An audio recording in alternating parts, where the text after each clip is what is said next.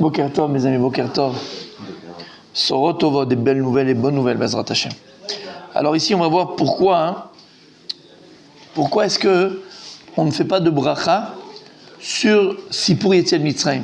Alors on a une mitzvah tassée, on a dit que c'est une mitzvah positive de la Torah, de raconter le soir du Seder les prodiges et les miracles que Dieu il a fait pour l'âme Israël, qu'il nous a fait en Égypte. D'accord? Donc c'est une mitzvah. Quand tu mets tes tefilines, qu'est-ce que tu dis? La nière tefilines. Quand tu fais une mitzvah tassée, tu mets les tzitzit, normalement tu vas dire la mitzvah tzitzit. Bon, mais tzitzit gadol, c'est poter et tatalit et katan, tzitzit et katan. Aval sur une mitzvah tassée, il y a une bracha à faire. Pas d'autres exemples où il n'y a pas. J'en connais pas, vas-y, donne-moi. La tzedaka, c'est une mitzvah. C'est vrai, bonne jouée, bien joué. Ouais, on a une mitzvah de d'accord. C'est vrai. Mais c'est la même question? Changer de t-shirt. Ah purée, c'est pas vrai, mais c'est pas vrai. Si le mec En fait, je commence à comprendre que c'est pas le t-shirt qui fait que. Tu es vraiment intelligent. D'accord? Donc, et tu vois que c'est la même chose. La tzedaka aussi, on fait pas la mitzvah. Il y a une autre mitzvah tassée. Peria verivia, de faire des enfants. C'est une mitzvah tassée de la Torah. Tu fais pas une bracha avant. Tu fais pas chaque yom devaro avant de la manger. Il y a un chalouf. Hein? Kibouda Bahem, tu fais pas aussi? Tu fais pas? Il a fait. Alors ici aussi, si pour Yetziat Mitzrayim, c'est une mitzvah tassée, c'est une mitzvah positive. Et tu vois qu'aussi on fait pas de bracha. Lama. On va voir qu'en vérité c'était les mêmes réponses pour les autres, mais on va comprendre, d'accord? Pourquoi est-ce qu'on fait pas de bracha sur. Hein? Avant de réciter le Maguid, c'est ça? Bah oui. C'est la question, je Bah oui. vais comprendre la question, c'est tout. Stéphanie de Monaco. C'est bon? Vous avez compris la question? Katav Aboudraham. nous dit le Avudraham, Aksher benou Peretz. Lama en varin al kriyat shel Haggadah. Comment je m'écris al kriyat Megillah? Pourquoi on ne fait pas la bracha sur Amen.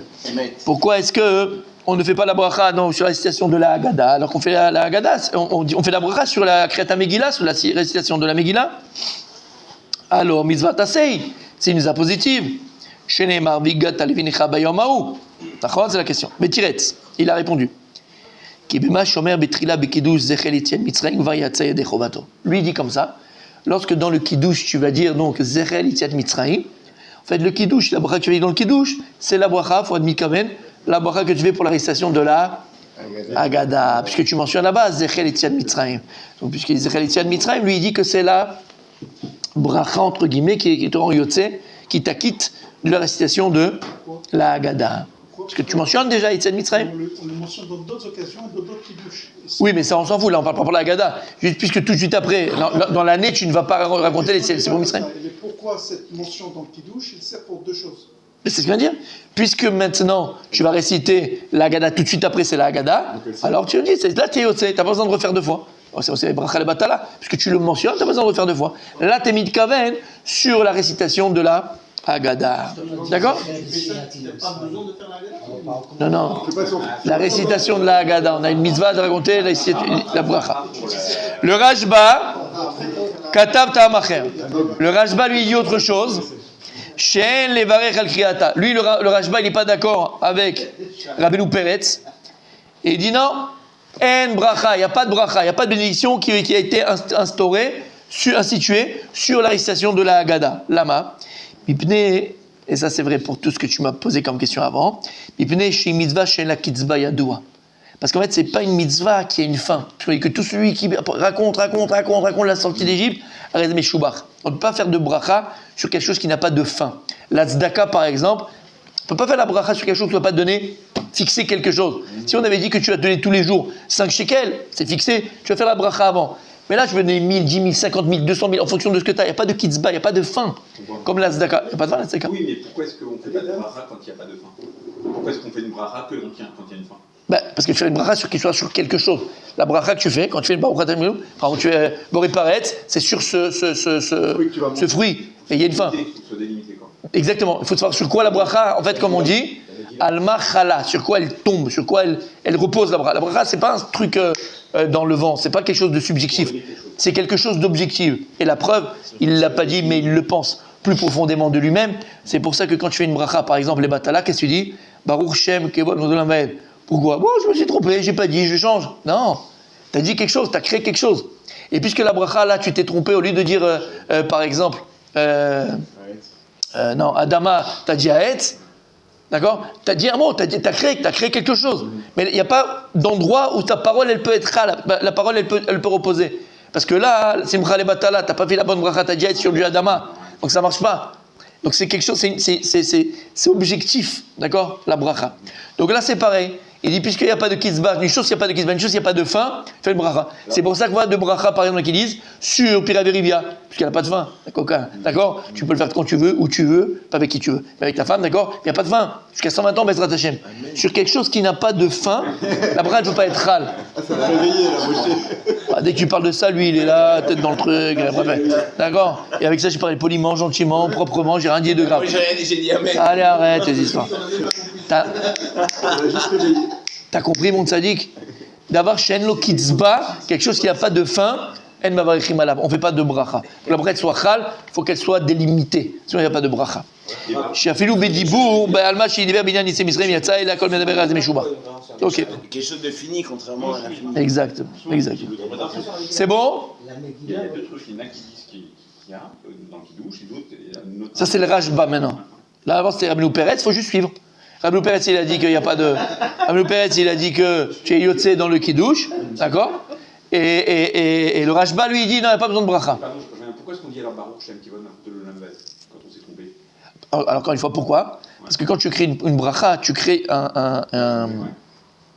une puissance atomique. La bracha, elle est chal, la bracha, elle agit. D'accord? Quand je dis la bracha, la bracha, elle agit, la bracha, elle agit. En quoi elle agit? Qu'est-ce qu'elle fait une bracha? Quand on dit la bracha, elle est chal. Ok? Quand tu prononces, quand tu dis, tu crées une métier, tu crées. Alors oui, la Gemara dit, pour pas être comme un voleur, et Massi Hachem avant tout, ça c'est pshat, c'est émet.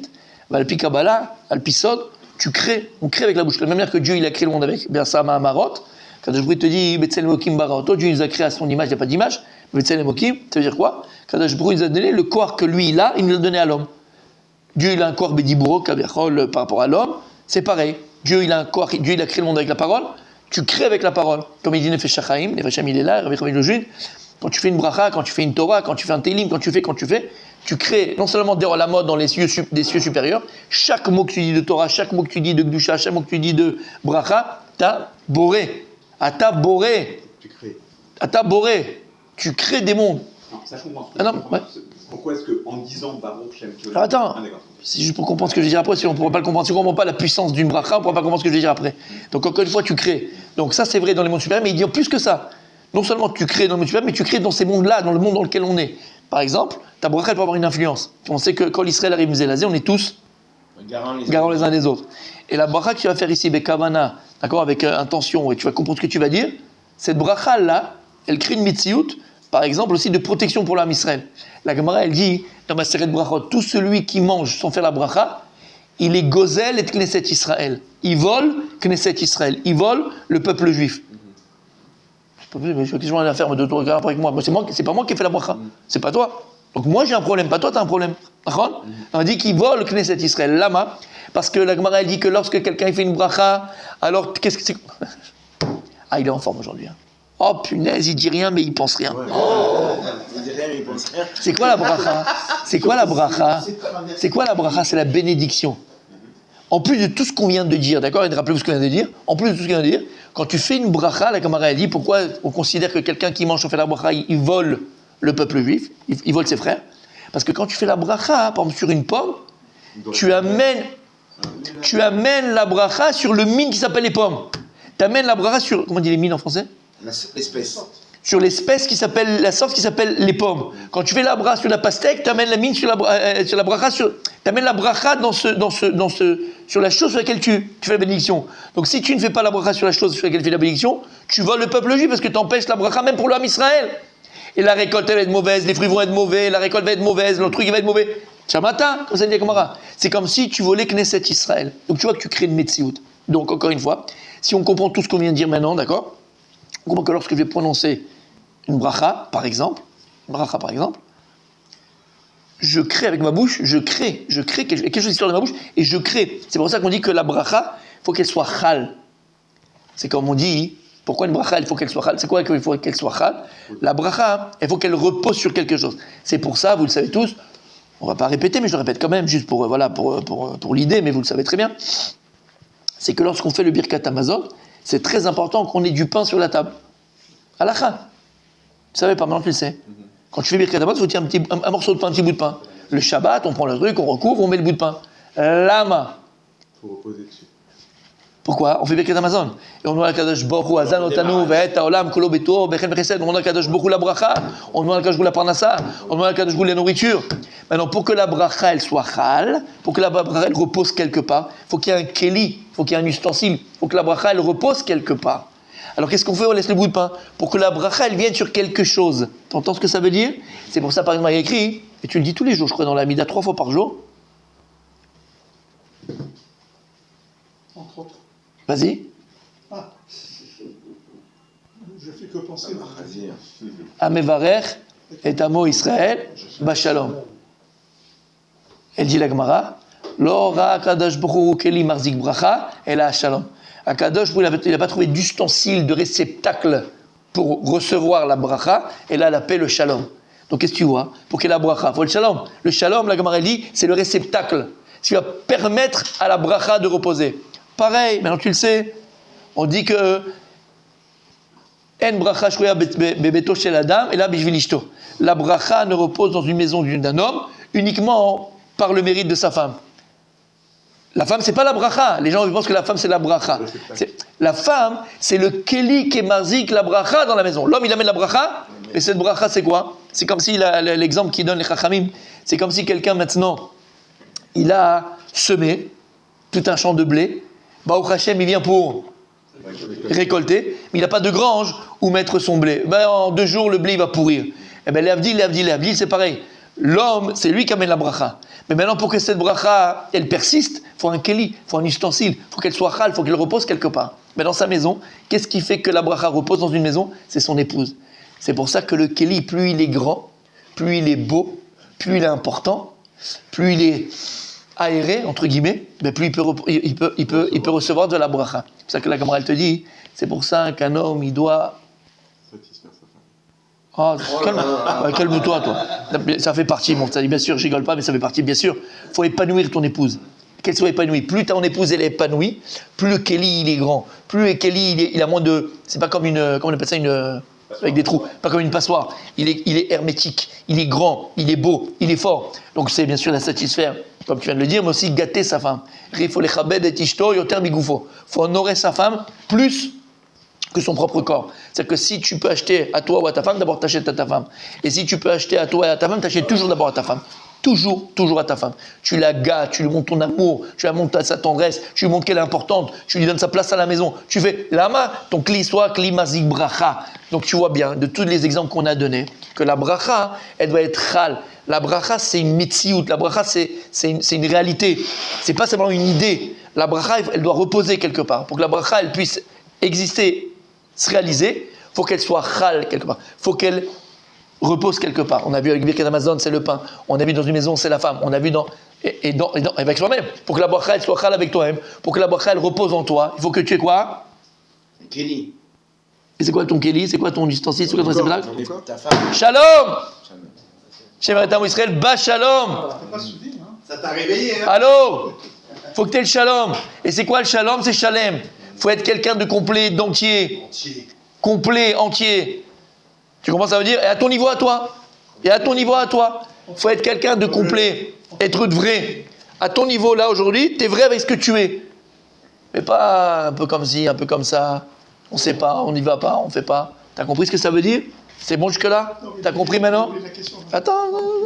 T'as compris maintenant? T'as compris? Maintenant écoute. Alors maintenant t'as compris pourquoi est-ce que quand on fait une bracha, on dit Baruch, une bracha le batala, une bracha qui n'a pas là où reposer. On doit dire Baruch Shem Kevod Machuto Leolam Vaed. Lama.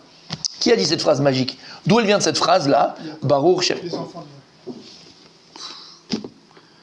J'en ai marre. Je ne sers à rien dans cette synagogue. Non, mais je ne sers à rien dans cette synagogue en fait, finalement. Fais semblant, moi. Que des amnésiques. Fais semblant, moi. Bien fait. En fait, c'est écrit nulle part. Non, mais c'est vrai. non, c'est ce qu'il a dit. Mais tu vois, c'est écrit nulle part. Le seul endroit où c'est mentionné, c'est dans la Gemara. La Gemara nous raconte une histoire que lorsque Yaakov il va quitter ce monde-là, viennent ses fils Et il veut, Pachat Veïchi, leur donner la fin des temps, leur dévoiler la fin des temps. Et là, un voile, il n'y a plus rien. C'est pour ça que la paracha, elle est stouma. D'accord ? Parce qu'Akadjou, il a enlevé le roi HaKodesh, à ce moment-là, Yaakov Avinu, il a enlevé l'esprit divin. Et Yaakov Avinu, lui, qu'est-ce qu'il pense tout de suite ? Il pense qu'il y a un de ses fils qui n'est pas apte à recevoir cette nouveau, donc il a un peu parti en vrille. Lorsque les enfants se rendent compte que leur père pense qu'il y a un des enfants qui n'est pas dans le droit chemin, ils disent, papa, Shema Israël, écoute Israël, papa. Hachem Elokeinu Hachem Echad. De la même manière que Hachem, il est Echad dans ton cœur, il est Echad dans notre cœur. Lorsque Yaakov Avinu, il va entendre cette phrase de ses enfants, donc Baruch Hashem, il est rassuré. Qu'est-ce qu'il dit ? La Gemara dit, Baruch Shem Kevod Malchuto Lo Lamed. C'est une Gemara, c'est tout, on ne sait pas d'où ça, il n'y a que la Gemara qui nous dit ça. Baruch Shem Kevod Malchuto Lo Lamed. Pourquoi il a dit ça ? Qu'est-ce qu'il y a ? Écoute bien. Dans cette phrase, mon tzaddik, il y a tout. Il y a tout. Baruch Shem Kevod Malchuto Leolam Vaed. Béni, Shem, le nom, Kevod Malchuto, non, Kevod Malchuto, de l'honneur, la gloire de ta royauté, l'honneur de ta royauté, Leolam Vaed pour l'éternité. Il a tout dit. Il a tout dit. Lama. Le monde dans lequel on vit se définit par deux choses principalement. Ça s'appelle l'espace-temps. L'espace-temps. D'accord ?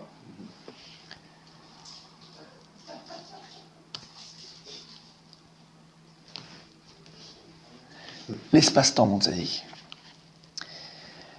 Lorsque Yaakov vient, il entend que ses fils ils disent Baruch Shema Yisrael Hashem Elokeinu Hashem Echad. Yaakov, il ne veut pas que cette phrase-là n'existe, ne se réalise que ponctuellement. Il veut que ce soit pour...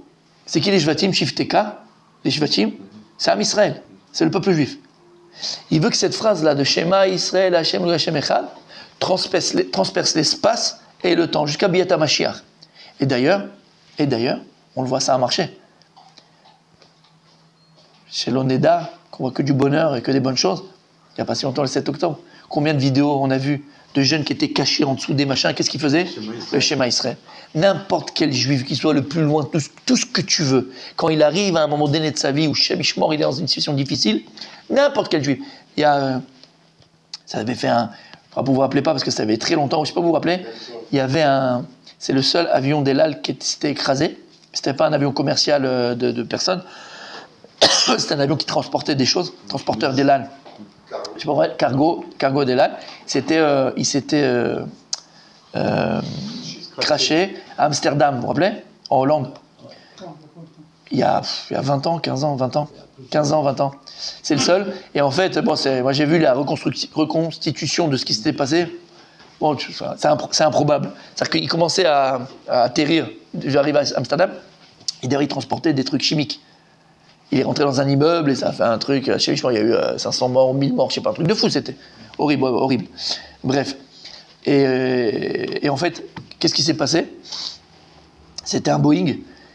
Et le gars, c'est vraiment pas de chance, quoi. C'est que quand il a atterri, il y a le premier moteur qui s'est détaché. C'est un truc qui arrive jamais. Mais avec un moteur, tu peux arriver encore à atterrir, il n'y a pas de problème avec un moteur. Et le deuxième moteur, il s'est détaché. Il y a eu les deux moteurs qui sont détachés. Et pourquoi je vous dis ça contre cette histoire ? Parce que le pilote, quand il a vu que c'était fini, alors ils ont passé ça à la télévision, la N2 à l'époque, la 12, la truc, il y a deux israéliennes, tout ça, d'accord, ce sont des chaînes, d'accord, très complètement anti-juives, d'accord, c'est le terme, anti-juives. Bref, et ils avaient fait passer les dernières paroles dans la boîte noire du pilote, voilà, ouais, du pilote. Et il dit au revoir à sa femme et tout parce qu'ils ont fait passer tout ça. Et en fait, Rechaim, il n'y a pas d'autre mot, Rechaim, ils ont coupé la fin.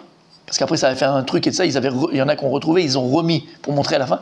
Et en fait, à la fin, il fait Shema Israël. Et eux, ils l'ont coupé. Ils l'ont coupé, Rechaim. Et il a fait Shema Israël. Pour dire quoi ? N'importe quel juif, chez l'Oneda, que dans du bonheur, que dans du bon, mais on fait Shema Israël. C'est la phrase que n'importe quel juif. C'est qui le rave qui est parti après la Deuxième Guerre mondiale ? Rechercher les enfants qui avaient été placés dans les couvents. Et il disait non, on n'en a pas. Qu'est-ce qu'il faisait ? Il rentrait dans les réfectoires, il disait Shema Israël. Et les enfants y répondaient, alors il les prenait. Je ne me rappelle plus du nom, d'accord ? Donc tu vois que ce mot-là, Ça a marché. Ah, Yaakov Avinu ne veut pas que ça soit ponctuel. Il veut que ce soit pour l'éternité. Il faut que ce soit jusqu'à la fin des temps, Bezrat Hashem. Maintenant, comme on a dit, c'est quoi la fin des temps? Il faut que ce soit dans l'espace. Ça traverse l'espace, ça traverse le temps. Dans cette phrase-là, on a ces deux notions, de l'espace et du temps. Quand il dit Baruch Shem Kevod de Malchuto, le Kavod, c'est l'espace. C'est la place, c'est l'espace. Comme on a dit, c'est quoi le Kavod? C'est la place que tu donnes à la personne. Honorer une personne, c'est quoi? C'est quand tu lui donnes sa place. Par exemple, la reine nous dit que lorsque le papa ou la maman rentre dans une pièce, ou le rab rentre dans une pièce, qu'est-ce que tu fais? Tu dois te lever. On joue à Jacadi? Non. Parce qu'en vérité, quand tu vas maintenant te lever devant papa, devant maman, tu lui donnes sa place. Tu lui donnes donc son importance. Comme il dit Rav Dessler, la place que tu donnes à une chose, c'est l'honneur que tu donnes à cette chose-là. Par exemple, tu vas chez une petite vieille, une dame âgée comme ça, 150 ans, elle a fait le tour du monde, elle a voyagé avec son mari, tout, et elle a toute une armoire avec plein de bibelots, d'accord? Et toi, tu es là, tu regardes et tout, tu prends un bibelot à un moment donné, tu regardes, tu fais ça, puis quand tu le reposes en bas, pas où il était. Ah! Où est sa place? Ah, parce qu'elle lui a donné sa place, elle lui a donné sa chashivut. La place que tu donnes à quelqu'un, c'est l'honneur que tu lui donnes.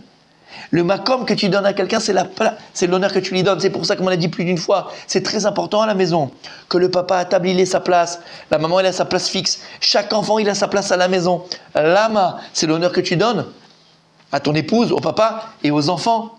D'accord? Donc tu vois que la place que tu donnes à l'autre, c'est l'honneur que tu lui donnes. C'est l'importance en fait que tu lui donnes. Quelque chose qui est important pour toi, tu lui donnes une place. Et si tu lui donnes une place, c'est ça comme ça que tu l'honores.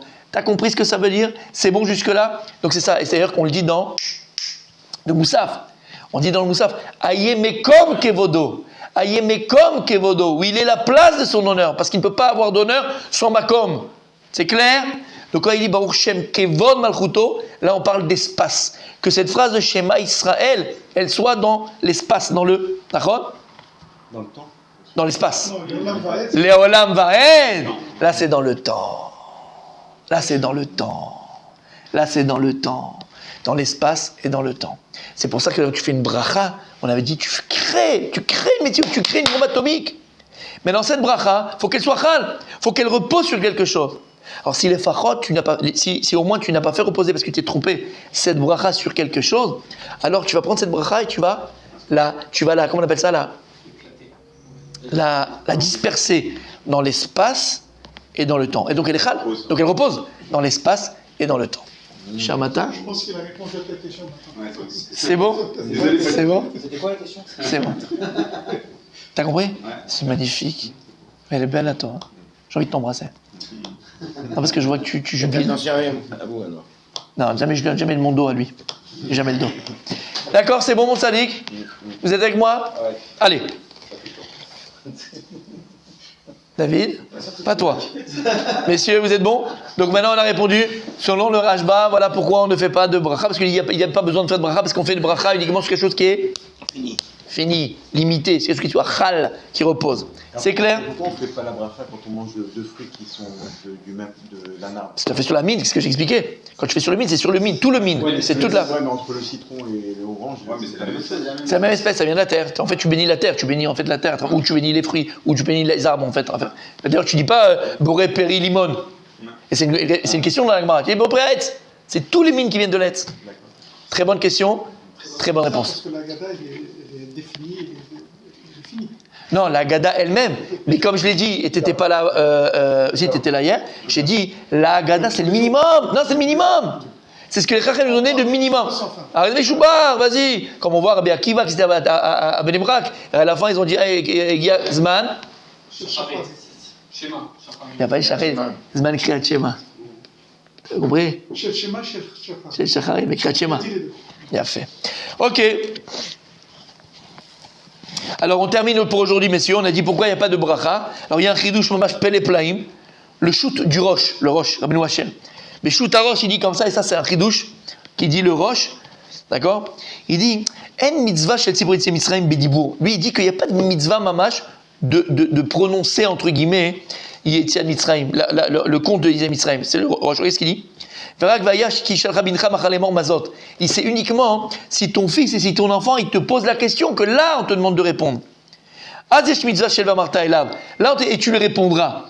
D'accord? C'est-à-dire que lui, il dit que si tu es tout seul avec toi, il n'y a pas d'enfant qui te pose la question, tu n'es pas obligé de prononcer les Yetziat Mitzrayim. Tu peux simplement y penser, et souvent avec le cœur, et te raconter à toi comme ça sans le prononcer, et t'es yotse. C'est le roche, on ne dit pas que c'est la halakha, mais en tout cas, lui il dit comme ça. Donc c'est très intéressant, lui il dit que c'est pour ça, donc, comme c'est pas quelque chose que tu es obligé de réciter, vraiment, c'est pour ça qu'il n'y a pas de bracha. Quand est-ce que tu dois le réciter, le dire? C'est si ton enfant, il te pose la question, ton fils, il te demande, ta fille, elle te demande, là, tu dois lui dire. Mais s'il n'y a pas d'enfant, tu es tout seul, lui, il dit qu'il n'y a pas de mitzvah de le sortir avec la bouche. Il y a une mitzvah de se rappeler. Tu peux être là toute la soirée et te rappeler comme ça dans ta tête, Yetziat Mitzrayim. Donc, puisqu'il n'y a pas de mitzvah vraiment de parler, de le dire, donc lui, il dit pas qu'on ne fait pas de bracha. On a vu 3 idées, Rabbeinu Peretz, le Rashba et le Shutarosh. On a répondu à cette question extraordinaire et j'espère que tu vas t'en rappeler. Et j'espère que tu vas le publier. Et j'espère que tu vas le dire. Et j'espère que tu ne vas pas dormir. J'espère que tu vas te réveiller. On continue demain. On attend le message.